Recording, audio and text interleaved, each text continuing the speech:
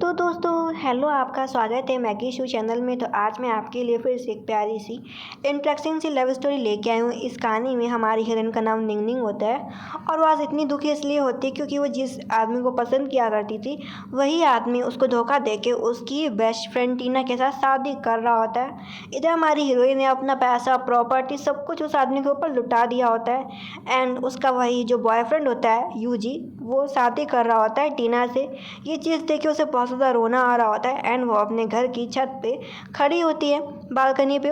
इधर जो उसकी फ्रेंड टीना देखती है कि वो छत पे खड़ी हुई है तो जानबूझ के उसे जलाने के लिए और भी उसे बेइज्जत करने के लिए निंग निंग को फ़ोन कर देती है, जहाँ पे टीना बात कर रही होती है अपने फियांसी से और पूछती है कि तुम्हें कौन पसंद है, मैं या वो। जहाँ पे उसका फियांसी यूजी बोलता है, ऑफ कोर्स मुझे टीना तुम पसंद हो, तुम ही मेरी लायक हो, मैं सिर्फ तुम्ही को ही प्यार करता हूँ। और वो इसके बाद अपनी गर्लफ्रेंड टीना को डायमंड की रिंग भी देता है। सभी फ्रेंड्स बोल रही होती है, हाँ यार निंग निंग तो तुम दोनों के लिए बीच में आ रही थी, तुम दोनों एक दूसरे के लिए बने हो टीना और यूजी। जब हमारी हीरोइन निंग निंग अपने बारे में इतनी बुरी बुरी बातें सुनती है तो उसे रोना आ रहा होता है क्योंकि उसने यूजी को बहुत सारा पैसा दिया था और आज वो जिस मुकाम पे खड़ा था उसमें निंग निंग का बहुत ज़्यादा हाथ था। लेकिन आखिरी वक्त में उसकी फ्रेंड और उसके बॉयफ्रेंड ने दोनों ने मिलकर उसे धोखा दे दिया होता है। अब वो अपनी जान लेने की कोशिश कर रही होती है, तभी वहाँ पे उसका फ्रेंड आ जाता है मिस्टर फू और उसका हाथ पकड़ लेता है, लेकिन वो अपना हाथ छुड़ा लेती है और वो सीधा स्विमिंग पूल में गिरती है जाके। जहाँ पे उसे एक सीन ये देखने को मिलता है कि जो फू है वो किसी को मार रहा है ये बोलते हुए कि तुम्हारी वजह से मेरी निंग निंग की जान गई है, जब तुम मरोगे तब मेरी निंग निंग की आत्मा को शांति मिलेगी। इसमें वो फू को देखती है, अपने फ्रेंड फू को। फू ने जिस आदमी को मारा होता है उसके बाद पुलिस भी आ जाती है एंड वो भी फू को शूट कर देती है। इधर ये थोड़ा सा हमारी हीरोइन को ये सीन देखने को मिलता है, वो हैरान होती है कि अभी जो उसने देखा है वो क्या था। इधर फू निंग निंग को बाहर निकालता है। निंग निंग फू भाई बहन होते लेकिन वो दोनों खून के भाई बहन नहीं होते, मतलब कि वो सगे भाई बहन नहीं होते। फू का अडॉप्ट किया गया था लू परिवार में। वो उसके पास आता उससे पहले हमारी हीरोइन उसे धक्का दे देती है एंड उसके पेट में एक बड़ी सी लकड़ी लग जाती है। इधर वो हॉस्पिटल में होती है। इधर मॉम डांट रही होती है कि पता नहीं फू को क्या हो गया, तुम बिल्कुल भी ख्याल नहीं रखती हो ना अपने भाई का निंग निंग, तुम बड़ी हो गई हो। फादर ने मरने से पहले क्या कहा था कि निंग निंग हमेशा फू का ख्याल रखना, और तुम देखो तुमने क्या किया, इस बेचारे बच्चे को चोट पहुंचा दी। क्या तुम इसी तरीके अपने भाई का ख्याल रखने वाली हो निंग निंग? निंग निंग याद करती है कि जब वो छोटी थी एंड बचपन में वो फू से मिली थी, फू बिल्कुल अनाथ था तो उसने अपने फादर से रिक्वेस्ट करी थी कि फू को हम अडॉप्ट कर लेते हैं और मैं फू का बहुत ज़्यादा ख्याल रखूँगी। इसके बाद उसे अडॉप्ट कर लिया गया था। उसकी मदर समझाती है कि तुम्हें अपने भाई की केयर करनी चाहिए, तुम प्रॉमिस करो अगर मैं कभी इस दुनिया से चली जाऊंगी तो तुम दोनों को हमेशा साथ में ही रहना होगा, तो तुम दोनों हमेशा एक दूसरे का ख्याल रखना। इधर फू उठता है, उसे बोलता है कि क्या तुम मेरी चोट पे दवा लगा सकती हो फूक फूक के, तो उसकी मदद कर रही होती है। इधर ये सब चीज़ें मिस्टर फू को अच्छी लग रही होती है। मिस्टर फू बिल्कुल भी निंग निंग को अपनी बहन नहीं मानता था, वो बस निंग निंग को लाइक करता था, लेकिन उसने अभी ये बातें अपने दिल की कही नहीं होती। उसके मन में क्या आता है, वो अपनी निंग निंग को किस कर लेता है और निंग निंग उठती है, किसके थप्पड़ मारती है कि ये कौन सी बदतमीजी है। वो बोलता है मैं दुखी था, मुझे चोट लगी थी, तुम क्या मुझे ऐसा छोड़ के चली जाओगी? ये देखने के बाद निंग निंग रुक जाती है। इधर वो सोचती है कि जो मैंने उस दिन सीन देखा था इसका क्या मतलब था, कि आगे चल के क्या सच में मेरा छोटा भाई फू एक बड़ा गैंगस्टर बन जाएगा। फिर सोचती है कि मैं ऐसा होने नहीं दूंगी और फू को मना करती है कि तुम इधर उधर घूमना बंद करो और अपना कंपनी पे ध्यान दो और कोई भी गलत काम मत करना। वो उसे बोलता है ठीक है निंग निंग, जैसा तुम कहोगी बिल्कुल मैं वैसा ही सुनूंगा, और ऐसा वो निंग निंग के काम में कहता है। उसके बाद इधर हम सीन ये देखते हैं जहाँ पे हमारी हीरोइन के जो एक्स बॉयफ्रेंड होते हैं एंड उसकी जो फ्रेंड टीना होती, दोनों भाग रहे होते हैं। इधर एक्स बॉयफ्रेंड टीना से पीछा छुड़ा रहा होता है, उसे पता चल जाता है कि टीना के पास बिल्कुल भी पैसा नहीं है और उन दोनों के पीछे कोई गैंगस्टर पड़े होते हैं जिनके हाथ में सांप का निशान होता है। यूजी तो टीना को फंसा देता है और खुद पेड़ के पीछे छुप जाता है, तो वो लोग टीना को पकड़ के लेके जाते हैं। पता चलता है ये जो लोग थे जो टीना और यूजी को परेशान कर रहे थे वो हमारे हीरो के ही लोग थे। इधर उसको अपने गार्ड से पता चलता है कि हम यूजी को पकड़ नहीं पाए, वो भाग गया। वो बोलता है तुमने इतनी बड़ी गलती कैसे कर दी, उसने मेरी निंग निंग को परेशान किया, साथ साथ उसने उसको धोखा भी दिया, मैं इसका बदला ज़रूर लूँगा। इसके बाद वो बोलता है कि यूजी को कुछ भी मत करना, नहीं तो निंग निंग को शक हो जाएगा मेरे ऊपर कि ये सब मैंने किया। इधर निंग निंग उसे फ़ोन करती है तो वो घर आ आ जाता है क्योंकि मदर ने डिनर रखा होता है। इधर रात को जो मदर होती है वो खाना पका रही होती है। निंगनिंग भी आ जाते हैं। तभी वहाँ से फू आवाज़ देता है कि मॉम निंगनिंग को बोलो कि वो मेरे कपड़े ले आए, मैं कपड़े भूल गया हूँ बाथरूम में।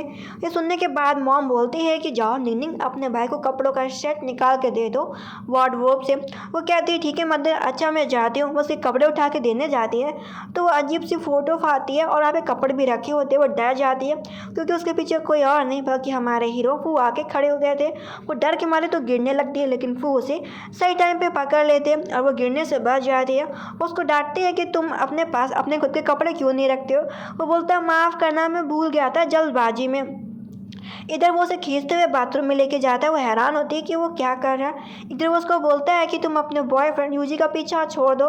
वो उसे बोलती है तुमसे इससे क्या मतलब है, ये मेरी लाइफ है। वो बोलता है नहीं, तुम मेरी लाइफ का हिस्सा हो और मैं तुम्हें अब कहीं भी जाने देने वाला नहीं हूँ। और प्रूफ करने के लिए उसके हाथ में हथकड़ियाँ लगा देता है और अपनी दिल की बात कह देता है कि मैं तुम्हें लाइक करता हूँ। इसके बाद वो उसे खुद से ही बाइट कर लेता है। इधर हम सीन देखते हैं जहाँ पे उसके घर में किसी और की नहीं अगले दिन एंट्री हो जाती है उसके एक्स बॉयफ्रेंड की। वो हैरान होती है कि उसका एक्स बॉयफ्रेंड यहाँ पे क्या कर रहा है और बोलती है तुम्हें तो टीना के पास होना चाहिए। वो उसके हाथ पकड़ता और बोलता कि मैं टीना के पास नहीं जाऊँगा बल्कि मैं तुम्हें प्यार करता हूँ और तुम्हारे साथ रहूँगा, और उसके करीब आ रहा होता है। लेकिन तभी वहाँ पे हमारे हीरो वो आ जाते हैं जो कि यूजी को पीछे हटाते हैं और बोलते हैं तुम दूरी रहो मेरी निंगनिंग से। यूजी बोलता है कि तुम हम दोनों के बीच में आ रहे हो। मैं तुम्हें बोल दूं कि मैं और निंगनिंग एक दूसरे के लिए बने हुए हैं। जहाँ पे हमारी हीरोइन बोलती है क्या हो गया, अब जब टीना के पास पैसा नहीं है तब तुम मेरे पास आए हो, तुम्हें क्या मैं बेवकूफ़ लगती हूँ। वो बोलता है नहीं नहीं, टीना बिल्कुल भी अच्छी लड़की नहीं है, और उसे दोबारा फ्लावर दे रहा होता है, प्रपोज कर रहा होता है कि हम दोनों का साथ हमेशा के लिए भगवान ने बनाया है। वो उस फ्लावर को दूर फेंक देती है बोलते हुए कि ये फ्लावर मुझसे दूर ले जाओ। वो बोलता है कि तुम ऐसा क्यों कर रही हो। तभी वहाँ पे फूब इस फ्लावर को फेंक देता और बोलता तुम्हें इतना भी नहीं पता, तुम अपने आप को निंगनिंग का बॉयफ्रेंड बताते हो, तुम्हें ये भी नहीं पता कि निंगनिंग को रोज़ से एलर्जी है। उसके बाद वो हमारी हीरोइन को अपनी तरफ खींचता और बोलता है यूजी के सामने कि निंगनिंग और मैं एक साथ हूँ। ये देखने के बाद यूजी बोलता है तुम तो भाई बहन हो ना। इधर ये हमारा हीरो बोलता है तुम्हें अपने काम से काम रखना चाहिए, और यूजी को बताता है कि तुम्हें और टीना को जो लोग आए थे पीछा करते हुए मेरे ही लोग थे। इधर हमारी हीरोइन ने बात सुन ली होती है तो वो यूजी को वहाँ से जाने के लिए बोलती है और पूछती है कि तुमने ऐसा क्यों किया फू। और फू को पनिशमेंट देने के लिए उसे बैठा देती कि तुम घुटने टेक के बैठो। तुम्हें याद है ना कि फादर ने तुम मुझसे क्या कहा था कि मैं तुम्हारा ख्याल रखूं ताकि तुम कोई गलत ना करो, लेकिन तुम मेरी कभी भी बात नहीं मानते। और ये मेरी लाइफ है कि मेरी लाइफ में क्या हो रहा है कि नहीं हो रहा है, तुम्हें अपनी लाइफ से अपने काम से काम रखना चाहिए। जहाँ पे वो बोलता है कि तुम ऐसा कैसे कह सकती हो। वो उसे बोलती है कि मैं तुम्हें बोल रही हूँ आज के बाद तुमने कभी भी ऐसी हरकत करी ना तो मैं तुमसे कभी भी बात नहीं करूँगी, और मैं तुम्हें अपना दोस्त भी मानती हूँ साथ साथ में, तो मैं तुम्हें कभी अपना दोस्त भी नहीं मानूंगी। वो प्रॉमिस करता है कि ऐसा वो कभी भी नहीं करेगा और इन सब में उसका कोई भी हाथ नहीं है। लेकिन निंगनिंग को लग रहा होता है कि वो उससे झूठ बोल रहा है। तभी उसकी मदर उसके लिए सूप लेके आती है निंगनिंग के लिए, और वो निंगनिंग को बताती है निंगनिंग तुम्हें पता है तुम्हारे बॉयफ्रेंड का एक्सीडेंट पता है कैसे हुआ था, क्योंकि वो दारू पी के गाड़ी चला रहा था। उसे पता चलता है कि इसमें कोई भी गलती फू का नहीं है, और इसके बाद टीना भी नहीं मिल रही है। अब उसे समझ में आ जाता है कि इसमें कोई भी गलती नहीं है उसका फू का, और उसने फू को फालतू में ही पीट दिया है। उसे लगता है कि उसने फू के साथ गलत किया है, तो वो जाती है फू के लिए दवा लेके और उसे बोलती है तुम्हारी चोट कैसी है। वो बोलता है कि तुम मेरी केयर करने आई हो ना। मैं तुम्हें सच में बता दूँ कि मेरा कोई भी हाथ नहीं है यूजी और टीना को परेशान करने में। और बोलते अगर तुम मेरी केयर ही करना चाहते हो तो तुम मुझसे प्यार से बात कर लिया करो, बस मैं इतना ही चाहता हूँ। और फिर उसे धक्का दे देता है। वो डर जाती है कि वो क्या करने वाला है। तभी वो उसके गले से लॉकेट निकाल देता। वो उसे बोलती तुम्हें बस लॉकेट ही चाहिए। वो कहता है हाँ मुझे कंपनसेशन में सिर्फ लॉकेट चाहिए। वो बोलती तुम्हारे लिए लॉकेट इतना खास क्यों है। वो बोलता है क्योंकि हम लोग इसी फ्लावर से पहली बार मिले थे जब मैं बच के भाग रहा था बदमाशों से, तब तुमने मुझे आके अपने घर में पनाह दिया। इसके बाद हम तुम साथ में रह रहे। उसको आधी बात बोलता है और आधी बात अपनी मन के अंदर बोल रहा होता है। इसके बाद वो उठ के जा रहा होता है। वो उसकी चोटें देखती है, बोलती है तुम्हारी पीठ में पुराने निशान क्यों लग रहे हैं जैसे तुम्हें बहुत पहले पीटा गया हो। लेकिन वो उसकी इस बात का जवाब नहीं देता। इसके बाद इधर हम सीन देखते हैं कंपनी का, जहाँ पे कंपनी के बाहर टीना के जो मदर एंड फादर होते हैं वो पहुँच जाते हैं और वो बोल रहे होते हैं कि अपनी बॉस एक्ट्रेस निंगनिंग को बुलाओ, हमारी बेटी कहाँ है। इधर हमारी हीरोइन को भी ये न्यूज़ मिल जाती है तो वो अपनी अच्छी महंगी वाली गाड़ी से कंपनी आती है, जहाँ पे बोलते हैं कि हाँ आप लोगों को क्या कहना है। जो भी कहना मेरे सामने कहो, यहाँ पे तमाशा मत खड़ा करो। इधर जो टीना के मदर फादर होते हैं कि तुमने मेरी बेटी को कहाँ छुपाया है, हमें हमारी बेटी वापस करो।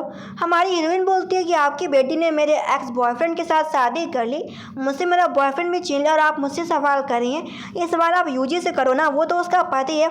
जहाँ पे टीना के फादर बोलते हैं कि हम यूजी के पास गए थे, यूजी ने कहा है कि उसका एक्सीडेंट करवाने में तुम्हारा हाथ है, हमें बता दो कि तुमने हमारी बेटी को कहाँ छुपाया। और उसे बोलते हैं क्योंकि वो बताते हैं कि हमें यूजी ने एक अंगूठी दिया कि इसमें जिस आदमी का ब्लड है उसने ही हमारी बेटी को रखा है, और मुझे पता है कि ये अंगूठी कोई और नहीं बल्कि तुम्हारा भाई पहनता है।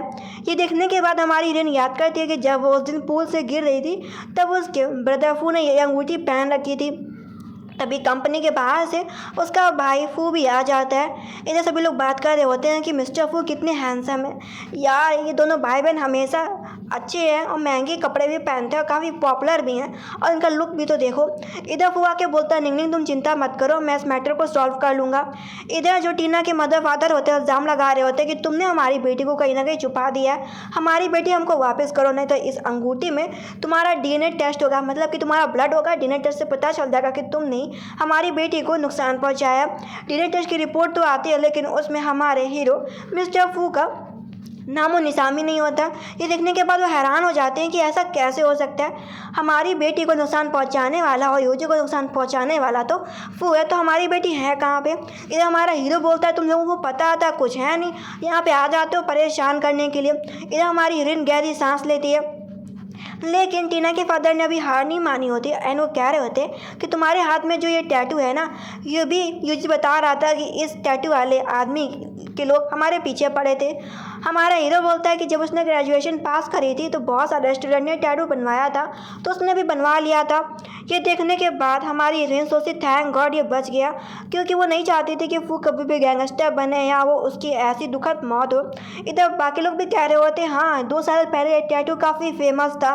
इधर सभी लोग अंदाज़ा लगा रहे होते हैं, इसका मतलब है टीना के जो मदर फादर है वो तो बस फालतू में ही लू परिवार के ऊपर घटिया इल्ज़ाम लगा रहे। इधर हमारा हीरो फू मना करता है कि आज के बाद तुमने कभी मेरी लू निंगनिंग को परेशान किया ना तो मैं तुम्हें छोड़ने नहीं वाला, चुपचाप यहाँ से चले जाओ।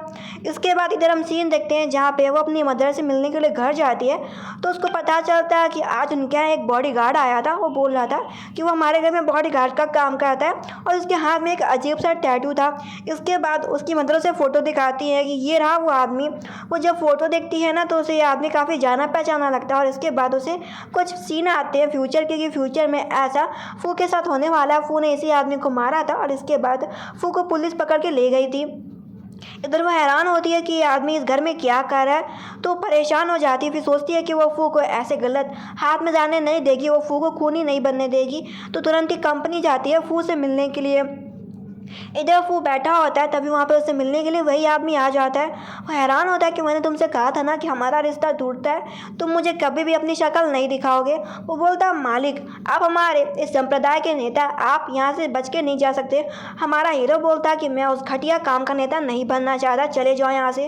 वो समझाता है उसमें खराबी क्या है, आपके फादर भी इसी काम में बरसों से रहे, आपके दादा परदादा, तो उस हिसाब से आप तो इसके मालिक हुए, आपको चल के अपनी चीज़ों को संभालना चाहिए। वो साफ मना कर देता है कि वो यहाँ पे एक आम जिंदगी जीना चाहता है, ऐसा कुछ भी नहीं करना चाहता। तो ये इस आदमी का नाम डॉन होता है। डॉन वहाँ पे एक फ़ोटो पकड़ के देखता है और वो फ़ोटो निंगनिंग का होता है। मिस्टर फू भड़क जाता है कि तुम्हारी हिम्मत कैसे हो गई, अगर तुमने मेरी निंगनिंग को थोड़ा सा भी नुकसान पहुँचाया है ना डॉन, तो मैं छोड़ूंगा नहीं। डॉन में चाकू निकाल लेता है एंड दोनों के बीच में एक फाइट हो जाती है। इधर डॉन को गोली लगती है एंड हमारे हीरो का हाथ कट जाता है, थोड़ा सा कट लग जाता है।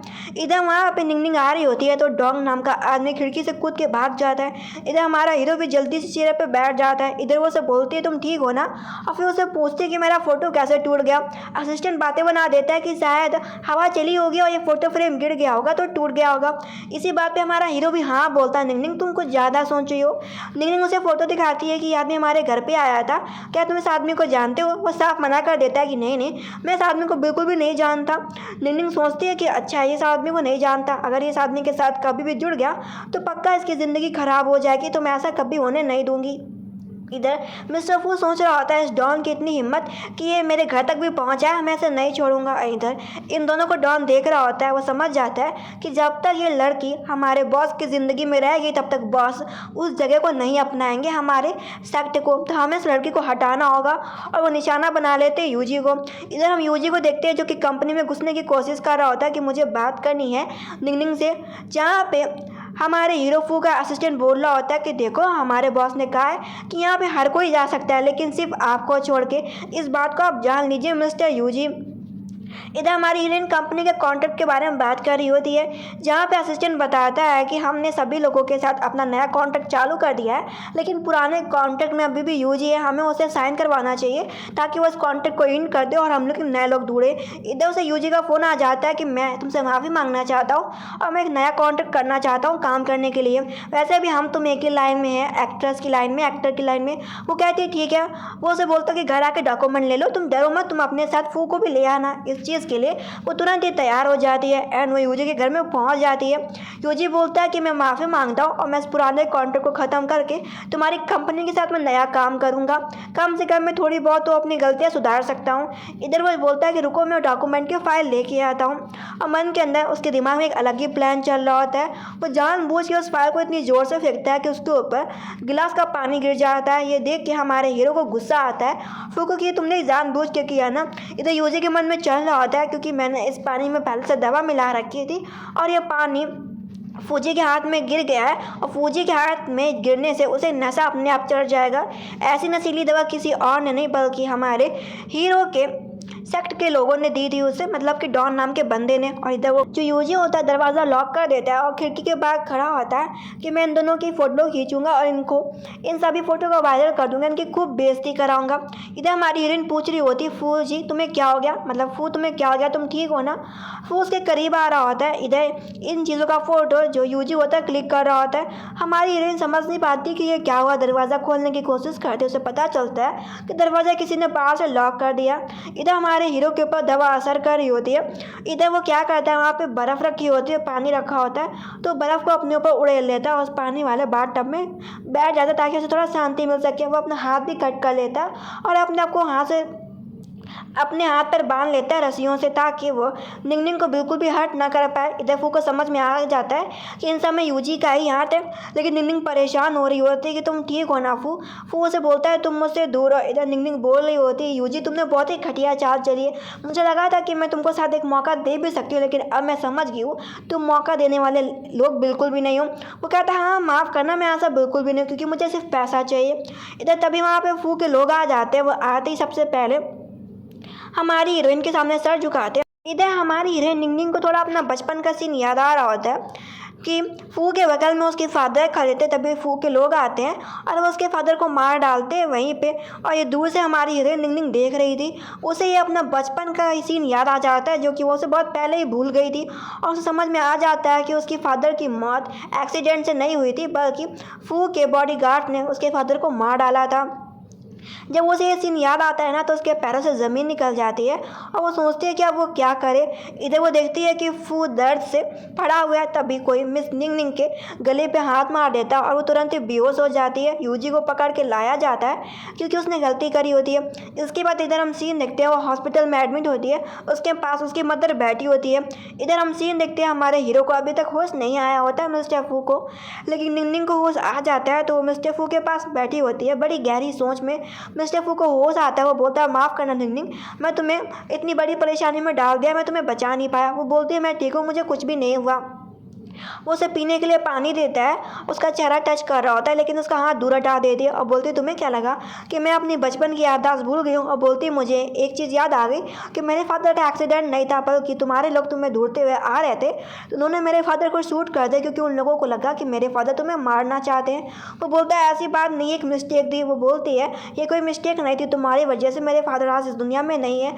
वो उसे पीने के लिए पानी देता है ताकि वो थोड़ा अपना गुस्सा ठंडा कर सके, लेकिन वो उस पानी को फेंक देती है कि तुम्हें क्या लगता है कि मैं तुम्हें माफ़ कर दूंगी, मैं तुम्हें कभी भी माफ़ नहीं कर सकती हूँ, तुम बहुत बुरे हो। मुझे समझा रहा होता है कि देखो ऐसा कुछ भी नहीं है। वो बोलती है ऐसा ही है, मुझे समझ में आ रहा है तुम्हारी वजह से आज मेरा परिवार टूटा हुआ है। और बोलती है मेरे मदर फादर से मैंने रिक्वेस्ट करी थी कि तुम अनाथ हो, तुम्हारा कोई भी नहीं है, तो वो तुम्हें पाल पोस ले, मेरे घर पे रख ले। और मैंने तुम्हारे लिए दया दिखाई और तुम्हारी दया के बदले में मुझे क्या मिला कि तुमने मुझसे मेरे फादर को ही छीन लिया। इधर जो वो होता है उसे समझाने की कोशिश कर रहा होता है, लेकिन हमारी हीरोइन पूरे फुल गुस्से में होती है। वो उसकी कोई भी बात सुन नहीं रही होती। इधर फू की हालत और भी ज़्यादा ख़राब हो जाती है और उसे खून की उल्टियाँ हो रही होती है। वो इतना कह रहा होता है तुम्हें जो भी कुछ कहना है मैं सब कुछ मानने को तैयार हूँ, तुम मुझे जो भी पनिशमेंट दोगी मैं तैयार हूँ, लेकिन मुझे छोड़ के मत जाओ निंगनिंग। इधर निंगनिंग की मदर भी आ जाती हैं और बोलती हैं फू तुम ज़मीन पर क्यों बैठे हुए हो और ये क्या हर्ष बनाया निंगनिंग, तुम मुझे अभी भी डांट रही हो क्या? इसमें बेचारे फू की गलती क्या है? और वो फू का मुंह से जो ब्लड आ रहा होता है उसको साफ कर रही होती हैं। इसके बाद इधर हम सीन देखते हैं, एक हफ्ता हो गया होता है जहाँ पे मिस्टर फू पूरी तरीके से ठीक हो जाता है। इधर मॉम घर जा रही होती लेकिन निंगनिंग कहीं बाहर जा रही होती है। और निंगनिंग का हाथ पकड़ लेता है कि मैं तुम्हें खुद ड्रॉप कर देता हूँ, तुम्हें खुद छोड़ देता हूँ चल के। वो कहती है ठीक है अच्छा, फिर उसकी बात सुन लेती है, मान जाती है, गाड़ी में बैठ जाती है। इधर फू को पता चलता है कि वो ब्लाइंड डेट पर जा रही है। ये सुनने के बाद तो फू को बहुत ज़्यादा गुस्सा आ रहा होता है क्योंकि वो लाइक करता था निंगनिंग को और वो बिल्कुल भी नहीं चाहता था कि निंगनिंग किसी दूसरे आदमी के पास में जाए। इधर निंगनिंग का वो ब्लाइंड डेट वाला आदमी आ जाता है और उसे बोल रहा होता है मिस निंगनिंग मैं इधर हूँ, इस तरफ आ जाइए।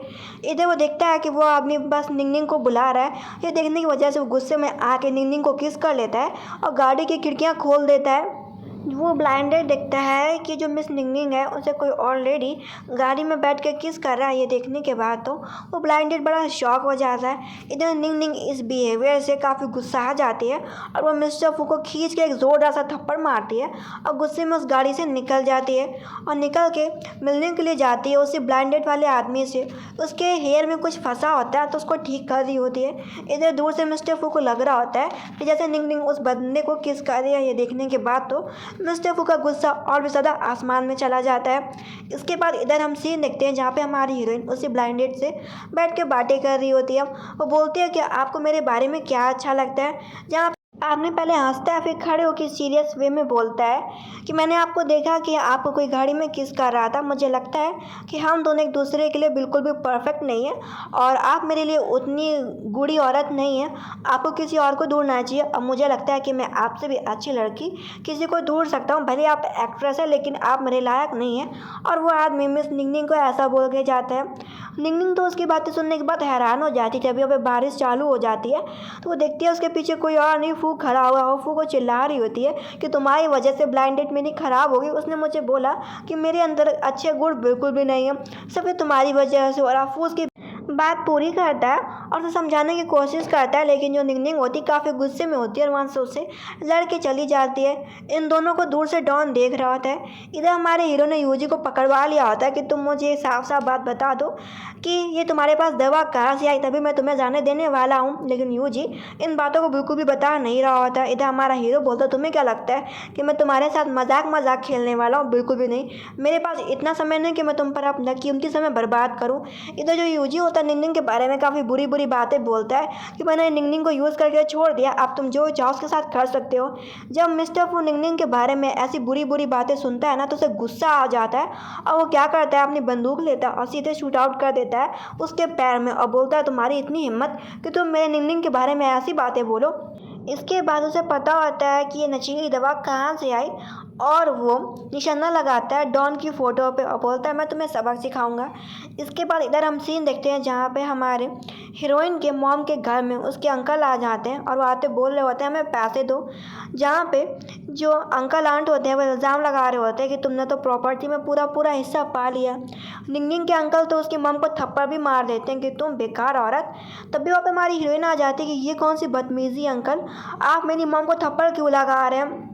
बोलते हैं कि कुछ ज़्यादा ही आप लोग ऐसी हरकत कर रहे हैं। इधर चाची बोलती तो माँ बेटी ने सारा पैसा खाते जा रहे हो, हमें बोल रही हो। जहाँ पे उसकी माँ बताती हैं कि तुम्हारे अंकल और आंट चाचा चाची तुमसे पैसे मांगने के लिए आए, हमने इन्हें पिछले हफ्ते में 2 करोड़ रुपए दिए थे, तब भी ये हमसे पैसे मांग रहे हैं। हमारी हीरोइन बोलती 2 करोड़ रुपये इतने पैसे कम भी नहीं होते, तुम लोगों ने पैसे एक हफ्ता भी नहीं चलाया। इधर जो अंकल आंट की डॉटर होती है वो तो निंगनिंग के ऊपर इल्ज़ाम लगा रही होती है कि निंगनिंग का उसके खुद के सगे भाई से अफेयर चल रहा है, वो कितनी घटिया औरत है। मॉम बोलती तुम्हारी इतनी हिम्मत कि तुम मेरी बेटी के बारे में ऐसा बोल रही हो, तुम्हें थोड़ी शर्म आनी चाहिए। तहाँ वहाँ पे अंकल बोलने लगते तो इससे क्या ही फ़र्क पड़ता है, वो दोनों साथ में रहते हैं, साथ में कंपनी जाते हैं, हमें क्या पता अगर वो कुछ करते भी होंगे तो तुम हमें कौन सा बता दोगी, तुम तो एक गैर जिम्मेदार औरत हो। वो निंगनिंग की माँ के बारे में काफ़ी कुछ बोल देते हैं। ये देखने के बाद निंगनिंग को गुस्सा आता है, वो खींच के अंकल आंट की डॉटर को थप्पड़ मार देती है कि चाचा चाची आपकी बेटी कुछ ज़्यादा ही बोल रही है। अंकल बोलते तुम्हारी इतनी हिम्मत कि तुमने हमारे सामने हमारी बेटी को पीटा, और वो पीटने जा रहे होते हैं निंगनिंग और उसकी माँ को। तभी यहाँ पे हमारे हीरो फू की एंट्री होती है जो कि बीच में आ जाता है और वो उस बॉटल को वहीं तोड़ देता है, एक और बॉटल उठाता है और अंकल के सर में दे मारता है कि आपको अपना गिफ्ट वापस लेना चाहिए अंकल। इधर जो अंकल की डॉटर होती है बोलती ये कौन सी बात हुई निंगनिंग, तुम अपने बॉयफ्रेंड से हमारे फादर को पिटवा रही हो, तुम बहुत ज़्यादा गलत कर रही हो, मैं तुम्हें बिल्कुल भी नहीं छोड़ूंगी, मैं ग्रैंडफादर को बता के रहूँगी कि वो इस खानदान का बेटा बिल्कुल भी नहीं है, ये हमारे लू परिवार का बच्चा नहीं है, बल्कि वो किसी और आदमी का बेटा है जिसके भरोसे तुमने लू परिवार दे रखा है। इधर एम्बुलेंस आती है एंड अंकल आंट जा रहे होते हैं। अंकल बोल के जाते हैं कि कल ग्रैंडफादर का बर्थडे है, मैं सबको सच बता दूंगा कि लू परिवार का बेटा फू टिंग नहीं है। इधर हम सीन देखते हैं, मॉम बोलती है अगर क्या होगा, अगर दादाजी को पता चल जाएगा कि फू हमारे खानदान का बच्चा नहीं है तो तुम्हारे छोटे चाचा पूरी संपत्ति हड़प लेंगे और ये तुम्हारी संपत्ति सब कुछ तुम्हारे फादर ने बड़ी मेहनत से बनाया था, पैसा रुपया कंपनी घर, और तुम्हारे अंकल के हाथ में जाने के बाद ये 1 साल के अंदर सब कुछ ख़त्म हो जाएगा, तो तुम्हें अपने भाई से कुछ बात करनी चाहिए। ये सुनने के बाद वो तुरंत ही फूटिंग के कमरे में चली जाती है बात करने के लिए। फूटिंग बोलता है मुझे पता है कि तुम यहाँ पे किस लिए आए हो, तुम्हें डर लग रहा है कि अंकल कंपनी छीन लेंगे, तुम चिंता मत करो, ऐसा मैं कुछ भी होने नहीं दूंगा, मैं तुम्हारी इतनी मदद करने को तैयार हूँ, क्या तुम मेरे लिए कुछ कर भी नहीं सकती। उसे बोलता है फ्रूट खिलाओ, वो उसे हाथ से फ्रूट खिला रही होती है लेकिन वो बोलता है मुझे माउथ टू माउथ खाना है। वो हैरान होती है, बोलती है कौन सी बकवास है। वो बोलता है तुम्हें पता भी है मैं तुमको कितना लाइक करता हूँ। वो बोलती नहीं मैं तुम्हें अपना भाई मानती हूँ। वो बोलता है कि हम दोनों खून के सगे भाई बहन नहीं है, जैसे जब से मैं तुमसे मिला था तब मैंने सोचा था कि मैं तुमसे ही शादी करूँगा, और तुम्हें पता है जब मैंने तुमको देखा कि तुम ब्लाइंड डेट पे आ रही तब मुझे कितना दर्द हो रहा था, तब मुझे कितना बुरा लग रहा था कि तुम मुझे छोड़ के किसी और के साथ ब्लाइंड डेट पे जा रही हो, तुम ऐसा कैसे कर सकती हो निंगनिंग। निंगनिंग बोलती है कि तुम गलत समझ रहे हो। वो बोलता है मैं गलत नहीं समझ रहा, तुम सिर्फ मेरी, तुम्हें ये बात समझ लेनी चाहिए और तुम्हें अंकल आंट बिल्कुल भी परेशान नहीं कर पाएंगे। इसके बाद वो खुद से मिस निंगनिंग को बाइट कर लेता है, किस कर लेता है। निंगनिंग को एक बात रिमाइंड कराता है कि तुम मेरे अलावा किसी और के पास नहीं जा सकती, तुम्हें कुछ भी करना तुम्हारे पास पूरी फ्रीडम है, लेकिन तुम मेरे अलावा किसी को पसंद मत करो क्योंकि सब तुम्हें धोखा देंगे, वो सब लोग तुम्हारे लिए अच्छे नहीं हैं, खास करके यूजी। उसे यह बात प्यार से समझा रहा होता है। इसके बाद इधर हम सीन ये देखते हैं जहाँ पे हमारा हीरो फिर से मिलता है किसी और से नहीं बल्कि उसी डॉन से। डॉन बोलता चलो हमारे मालिक चल के अपने सेक्ट को संभालो चल के। वो कहता है हाँ ठीक है। इसके बाद इधर हम सीन देखते हैं जहाँ पे दादाजी का आज बर्थडे होता है। उसकी मॉम परेशान हो रही होती है कि अब क्या होगा। इधर जो अंकल होते हैं इंतज़ार कर रहे होते हैं कि जल्दी से ग्रैंडफादर आ जाए फिर वो बात करें लू परिवार की संपत्ति किसके हाथ में होनी चाहिए। इधर तभी यहाँ पर दादाजी भी आ जाते हैं और साथ साथ पीछे से हमारा हीरो मिस्टर फू भी आ जाता है अपने बॉडीगार्ड्स के साथ में। इधर दादाजी आते हैं और बोलते हैं कि आज मेरी जन्म पार्टी है। यहाँ पे दादाजी को पता चलता है कि यहाँ पे लू परिवार की संपत्ति का अधिकारी आपको चुनना होगा। ग्रैंडफादर बोलते हैं फू तो है हमारे खानदान में एक ही बेटा है फू। जहाँ पे उनकी छोटी वाली पोती बताती नहीं ग्रैंडफादर वो इस खानदान का बच्चा नहीं है, वो हमारे लू परिवार का वारिस नहीं है बल्कि उसे अडॉप्ट किया गया है। मुझे लगता है इधर चाचा जी ने बड़े पापा ने संपत्ति छीनने के लिए फू को गोद ले लिया था और छोटे चाचा कहते हैं कि बहुत सालों से निंगनिंग संपत्ति संभाल रही है, तब ये संपत्ति मुझे और मेरे बेटे को मिलना चाहिए। ग्रैंडफादर बोलते चाहे कुछ भी हो लेकिन जब से इस छोटे फू ने इस लू परिवार को संभाला तब से हमारा परिवार काफ़ी कामयाब रहा। ये हक उसको ही मिलेगा कि किसको कंपनी संभालनी चाहिए, निंगनिंग को या छोटी बेटी लिली को। जहाँ पे वो एक रिपोर्ट मंगाता है और बोलता है कि जब से मैंने कंपनी संभाली है निंगनिंग ने तब से कंपनी ने काफ़ी अच्छा काम किया। 1 महीने पहले चाचा जी ने जब कंपनी का एक छोटा सा हिस्सा संभालना चालू किया था उनकी वजह से वो कंपनी जहाँ 55% बढ़ रही थी वो घट के 20% में आ चुकी है। हमारे कंपनी की वैल्यू 9 लाख करोड़ है और इन्होंने हमारे कंपनी से बहुत सारा पैसा चुराया भी है, गबन भी किया, इधर उधर किया और साथ साथ ये घर में आके निंगनिंग और निंगनिंग की माँ से हर एक महीने में 20-30 करोड़ रुपए की डिमांड करते रहे। ये अगर सारा पैसा जोड़ा जाए तो बहुत करोड़ों रुपए निकलता है और इन्होंने कोई भी अपने हिस्से का पैसा बिल्कुल भी नहीं कमाया। अगर हम शेयर्स के बंटवारे के हिसाब से देखें, जितने भी शेयर निंगनिंग के हिसाब में आते हैं, हिस्से में आते हैं, निंगनिंग ने अपने शेयर के हिस्से में बहुत सारा कामयाबी पाई है। लेकिन अगर हम देखें कि मिस्टर छोटे चाचा ने कितना कंपनी पर ध्यान दिया, उन्होंने बिल्कुल भी ध्यान नहीं दिया, बल्कि उन्होंने खुद ही निंगनिंग और निंगनिंग की माँ से बहुत सारा कर्ज ले रखा है। इस हिसाब से देखा जाए, अगर वो कंपनी दे भी दी जाएगी तो मुश्किल से मुश्किल 6 महीने में वो पूरी कंपनी को खा बैठेंगे सारा पैसा, और फिर बाद में आखिरी में वो कंपनी को बेच देंगे।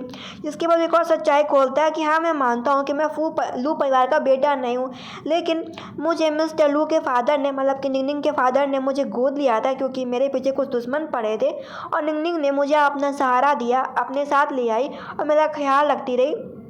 तो मैं निंगनिंग का हमेशा कर्जदार रहूँगा। निंगनिंग जैसे कोई भी लड़की इस दुनिया में है ही नहीं। और मैं मानता हूँ जो अफेयर्स की बातें चल रही वो सच है। मैं निंगनिंग को पसंद करता हूँ, भले निंगनिंग मुझे पसंद नहीं करती। और मैं थैंक यू बोलना चाहता हूँ निंगनिंग की माँ को कि उन्होंने मेरा इतना ख्याल रखा, क्योंकि मेरे बहुत सारे दुश्मन थे, वो मुझे जंगल में ढूंढ रहे थे और वहाँ पर निंगनिंग अपने फैमिली के साथ घूमने आई थी। निंगनिंग ने मुझे देखा, मेरा ख्याल रखा, उसने मुझे दवा दी, डॉक्टर से मेरा इलाज करवाया, मुझे नए कपड़े दिलाए और उसने अपने फादर से रिक्वेस्ट भी करी कि वो मुझे अपने साथ घर में रखे। तब से निंगनिंग के फादर ने मुझे लू परिवार का बेटा बना लिया था। वो बिल्कुल भी भेदभाव नहीं करते थे मेरे साथ में। इस हिसाब से जो निंगनिंग के फादर थे बहुत ज़्यादा अच्छे थे। इधर वो काफ़ी सारी बातें बोल देता है। इसके बाद वहाँ पे छोटे चाचा को पता चलता है कि मिस्टर फू कोई और नहीं बल्कि एक बड़े गैंगस्टर का बेटा है। ये सुनने के बाद तो जो चाचा चाची होते हैं इनके तो होश उड़ जाते हैं। वो जाते जाते निंगनिंग से एक बात बोल के जाता है कि तुम चिंता मत करो, मैं तुम्हारे साथ हमेशा खड़ा रहूँगा और तुम अपना ख्याल रखना। मैंने तुम्हारे लिए कंपनी के शेयर तुम्हारे नाम पे कर दी, तुम्हें कभी उखाड़ नहीं सकता प्रेसिडेंट की पोस्ट से। तभी यहाँ पर डॉन आ जाता है। डॉन वो कहता है मालिक चलो अपने चल के सेक्टर को संभालो चल के। इसके बाद वहाँ से वो चला जाता है और जाते जाते उसे एक लॉकेट पहना के जाता है कि ये फ्लावर वाला लॉकेट हमारे तुम्हारे बीच के एक याददाश्त का एक लॉकेट रहेगा कि हम तुम कैसे मिले थे, जिससे तुम्हें हमेशा याद रहे। इधर वो घर तो आती लेकिन उसे उतनी खुशी नहीं होती, भले उसके पास कंपनी थी लेकिन वो याद कर रही होती अफू को कि फू कितना अच्छा था, उसका ख्याल रखता था। तभी उसे बहुत सारे लेटर्स पढ़ने को मिलते हैं।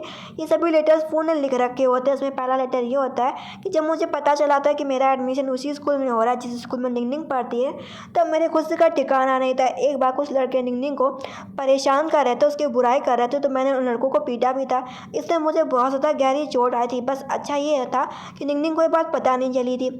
इधर हम सीन देखते हैं जहाँ पे मिस्टर फू होता है। डॉन बोल रहा होता है कि बस अब से आप कारोबार काम चालू करो। जब पे हमारा हीरो बोलता है कैसा कारोबार, और वो शूट कर देता है डॉन को। डॉन बोलता है मालिक आप ये क्या कर रहे हैं। हमारा हीरो बोलता है कि तुम लोग लड़कियों की किडनैपिंग करते हो, लोगों को ब्लैकमेल करते हो, तुम चाहते हो कि मैं ऐसे घटिया काम को आगे बढ़ाऊंगा। बिल्कुल भी नहीं, काम करना है तो अच्छा काम करो। अब बोलता है कि तुमने इस जगह को गंदी कर दिया है तो मैं इस जगह को साफ करूँगा। सबसे पहले मैं तुम्हें हटा रहा हूँ, इस घटिया कामों को मैं बंद कराऊँगा। इधर वो बोलता है कि सही तरीके से भी पैसा कमाया जा सकता है, एंड वो डॉन को हमेशा के लिए बंद करा देता है जेल में। इधर हम सीन देखते हैं हमारे हीरो का जो असिस्टेंट होता है, अब वो मिस निंगनिंग का असिस्टेंट बन गया होता है। ऊपर 3 साल हो गए होते हैं उसको। निंगनिंग को उसकी माँ का फ़ोन आता है। मॉम बोलती है कि तुम्हारे फादर अपने बर्थडे के एक दिन पहले मर गए थे, लेकिन उन्होंने ये गिफ्ट छोड़ा है तुम्हारे लिए। मुझे सफाई करते वक्त ये गिफ्ट मिला है, तुम इसे खोल के देखो कि इस गिफ्ट में क्या है। जहाँ पर वो खोलती है तो उसे एक फ़ोटो देखने को मिलती है, एंड ये फ़ोटो उसमें निंगनिंग होती है, होता है और साथ में उसके मॉम डैड होते हैं। जहाँ पे एक लेटर लिखा होता है, उस लेटर में ये होता है कि निंगनिंग मेरी मौत का ये मत सोचना कि मेरी मौत फू की वजह से हुई है, ऐसा कुछ भी नहीं है। बल्कि असलियत ये है कि मैं अपनी जान इस वजह से मैंने गंवाई क्योंकि मुझे पता था कि जो छोटे चाचा हैं वो तुमसे कभी ना कभी संपत्ति के पीछे लड़ेंगे, और मैंने तुम्हारे लिए अपनी जान दे दी है। ये मत सोचना कि फादर ये सब तुम्हारे लिए कर है। मैं चाहता हूँ कि तुम हमेशा खुश रहो। मेरी इस मौत का कोई भी लेना देना फू से बिल्कुल भी नहीं है। तुम फू के साथ हमेशा खुश रहना और फू तुम्हारा हमेशा ख्याल रखेगा। जब वो निंगनिंग ये लेटर पढ़ती है ना तो उसे बहुत बुरा लगता है क्योंकि उसने फू को बहुत गलत समझा था। इधर वो फू को सच में प्यार करने लगती है, इधर वो बहुत ज़्यादा दुखी होती है। इधर पूरे 3 साल हो गए होते हैं। इधर फू हमेशा जब भी फू को टाइम मिलता था तो वो गॉड से हमेशा प्रेयर करने के लिए आता था कि निंगनिंग हमेशा खुश रहे। आज निंगनिंग को उसकी माँ लेके आई होती है कि तुम भी प्रेयर करो, अगर भगवान ने सुन ली तो तुम और फू दोनों वापस मिल जाओगे, हमेशा साथ रहोगे। वैसे भी तुम दोनों कौन से खून के सगे भाई बहन हो, तुम और वो दोनों एक दूसरे को अच्छे से जानते भी हैं। शायद अगर किस्मत में यही लिखा होगा कि तुम दोनों साथ में रहो तो तुम दोनों वापस मिल जाओगे। वो अपनी मॉम के कहने पे पूजा करती है वहाँ पे एंड एक्सीडेंटली वहाँ पे मिस्टर फू भी होता है। फू का बॉडी गार्ड बताता है बस सीखिए वहाँ पे मैडम मिस निंग भी है। इधर दोनों की नज़र एक दूसरे के ऊपर पड़ जाते, दोनों बहुत ज़्यादा खुश होते हैं क्योंकि वो दोनों पूरे 3 साल बाद एक दूसरे से मिल रहे होते हैं। उनकी खुशी का ठिकाना नहीं होता और वो दोनों एक दूसरे को हक कर लेते हैं। तो गाइस ये ड्रामा ख़त्म होता है। अगर अच्छा लगे तो ज़रूर सब्सक्राइब करना, साथ में कमेंट भी कर देना। Thank you.